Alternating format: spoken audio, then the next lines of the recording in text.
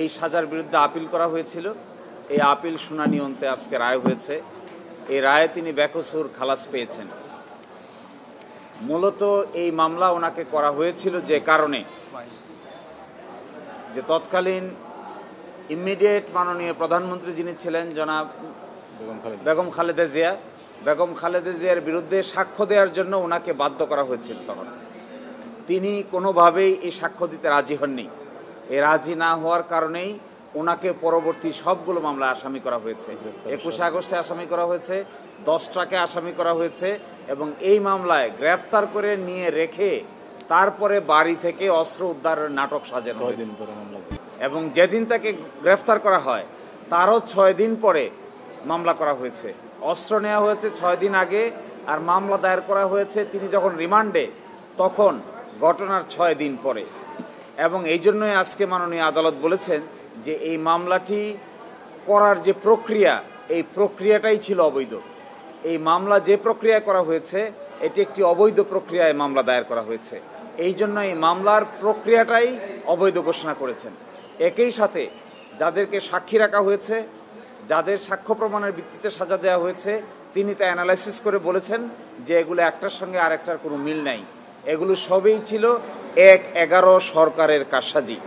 এবং এই রায়ের মধ্য দিয়ে 1-11 সরকারের মাধ্যমে যারা ভিকটিম হয়েছেন তার মধ্যে জনাব লুৎফুজ্জামান বাবর ছিলেন প্রধানতম ভিকটিম। যে কয়জন প্রধানতম ভিকটিম ছিলেন তিনি ছিলেন সবচাইতে বড় টার্গেট।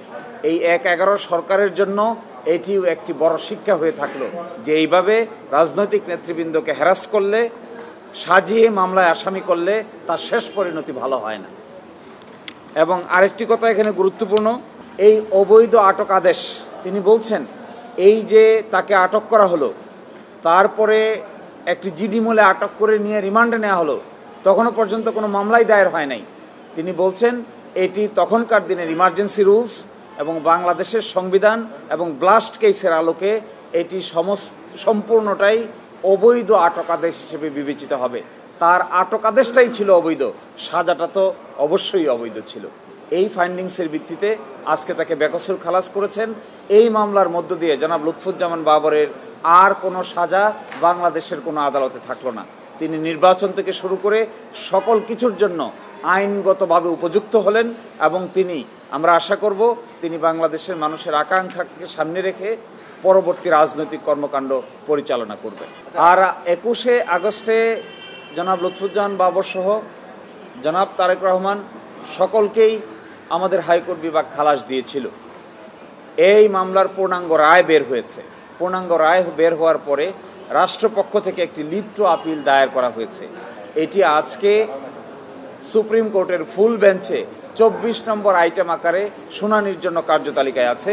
এখনও শুনানি অনুষ্ঠিত হয়নি। যখন শুনানি অনুষ্ঠিত হবে আমরা সেই শুনানিতে অংশগ্রহণ করব। আমরা আশা করি হাইকোর্ট বিভাগ যে রায় দিয়েছে 21 আগস্টের মামলায়, সুপ্রিম কোর্টও সেই রায়কে যথাযথভাবে আপহেল করবেন এবং বহাল রাখবেন। আমি দেখছি এই যে হাইকোর্টের রায়ের বিরুদ্ধে রাষ্ট্রপক্ষ আপিল করেছে, এটাই আইনগতভাবে তাদের করা উচিত।